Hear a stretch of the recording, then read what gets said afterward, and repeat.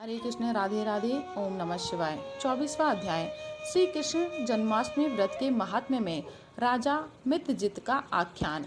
ईश्वर बोले, हे ब्रह्मपुत्र, पूर्व कल में दैत्यों के भार से अत्यंत पीड़ित हुई पृथ्वी बहुत व्याकुल तथा दीन होकर ब्रह्मा जी की शरण में गई। उसके मुख से वृत्तांत सुनकर ब्रह्मा जी ने देवताओं के साथ क्षीर सागर में विष्णु के पास जाकर स्तुतियों के द्वारा उनको प्रसन्न किया।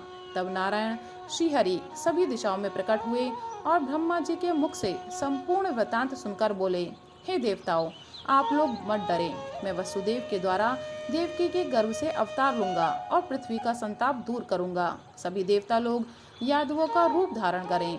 ऐसा कहकर भगवान अंतर्धान हो गए। समय आने पर वे देवकी के गर्भ से उत्पन्न हुए। वसुदेव ने कंस के भय से उन्हें गोकुल पहुंचा दिया और कंस का विनाश करने वाले उन कृष्ण का वहीं पर पालन पोषण हुआ। बाद में मथुरा में आकर उन्होंने अनुचरों सहित कंस का वध किया। तब सभी पुरवासियों ने आदर पूर्वक यह प्रार्थना की, हे कृष्ण, हे कृष्ण, हे महायोगिन, हे भक्तों को अभय देने वाले, हे देव, हे शरणागत वत्सल, हम शरणागतों की रक्षा कीजिए। हे देव, हम आपसे कुछ निवेदन करते हैं, इसे आप कृपा करके हम लोगों को बताएं। आपके जन्मदिन के कृत्य को कहीं कोई भी नहीं जानता। वह सब आपसे जान करके हम सभी लोग उस जन्मदिन पर वर्धापन नामक उत्सव मनाएंगे। अपने प्रति उनकी उस भक्ति, श्रद्धा तथा सौहार्द को देखकर श्री कृष्ण ने अपने जन्मदिन के संपूर्ण कृत्य को उनसे कह दिया। उनसे सुनकर उन पुरवासियों ने भी विधान पूर्वक उस व्रत को किया। तब भगवान ने प्रत्येक व्रतकर्ता को अनेक वर प्रदान किए। इस प्रसंग में एक प्राचीन इतिहास कहते हैं। अंग देश में उत्पन्न एक मित्रजित नामक राजा था। उसका पुत्र महासेन सत्यवादी था तथा सन्मार्ग पर स्थित रहने वाला था। सब कुछ जानने वाला वह अपनी प्रजाओं को आनंदित करता हुआ उनका विधिवत पालन करता था। इस प्रकार रहते हुए उस राजा का अकस्मात देव योग से पाखंडियों के साथ बहुत काल पर्यंत सहचर्य हो गया और उनके संसर्ग से वह राजा अधर्म परायण हो गया। वह राजा वेद, शास्त्र और पुराणों की बहुत निंदा करने लगा और वर्णाश्रम के धर्म के प्रति अत्यधिक द्वेष भाव से युक्त हो गया। हे मुनि श्रेष्ठ, इस प्रकार बहुत दिनों के व्यतीत होने के पश्चात काल की प्रेरणा से वह मृत्यु को प्राप्त हुआ और यमदूतों के अधीन हो गया। यमदूतों के द्वारा पाशों में बांधकर पीटते हुए यमराज के पास ले जाया जाता हुआ वह बहुत पीड़ित हुआ।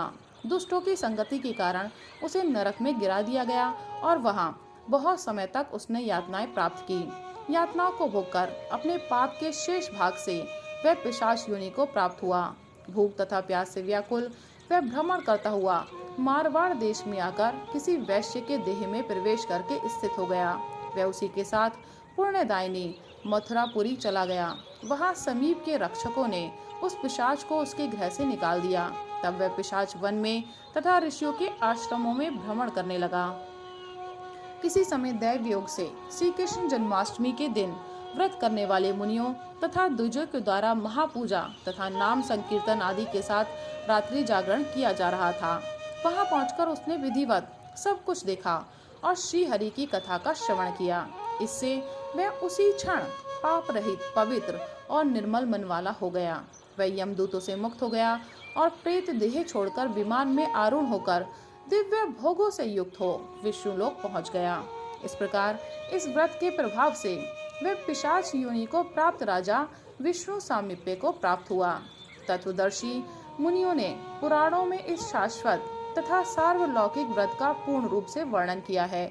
सभी कामनाओं को पूर्ण करने वाले इस व्रत को करके मनुष्य सभी वांछित फल प्राप्त करता है।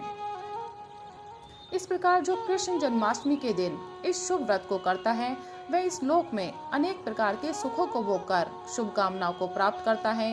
हे ब्रह्मपुत्र, वहाँ वैकुंठ में 1,00,000 वर्ष तक देव विमान में आसीन होकर नानाविध सुखों का उपभोग करके अवशिष्ट पुण्य के कारण इस लोक में आकर सभी ऐश्वर्यों से समृद्ध तथा सभी अशुभों से रहित होकर महाराजाओं के कुल में उत्पन्न होता है।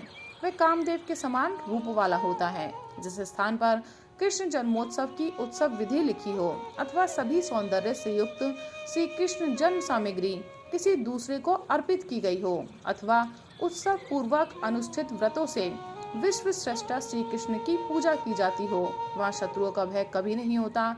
उस स्थान पर मेघ व्यक्ति की इच्छा करने मात्र से वृष्टि करता है और प्राकृतिक आपदाओं से भी कोई भय नहीं होता। जिस घर में कोई देव की पुत्र श्री कृष्ण के चरित्र की पूजा करता है, वह घर सब प्रकार से समृद्ध रहता है और वहाँ भूत प्रेत आदि बाधाओं का भय नहीं होता। जो मनुष्य किसी के साथ में भी शांत होकर इस व्रत उत्सव का दर्शन कर लेता है, वह भी पाप से मुक्त होकर श्री हरि के धाम जाता है। राधे राधे। हरे कृष्ण। ओम नमः शिवाय।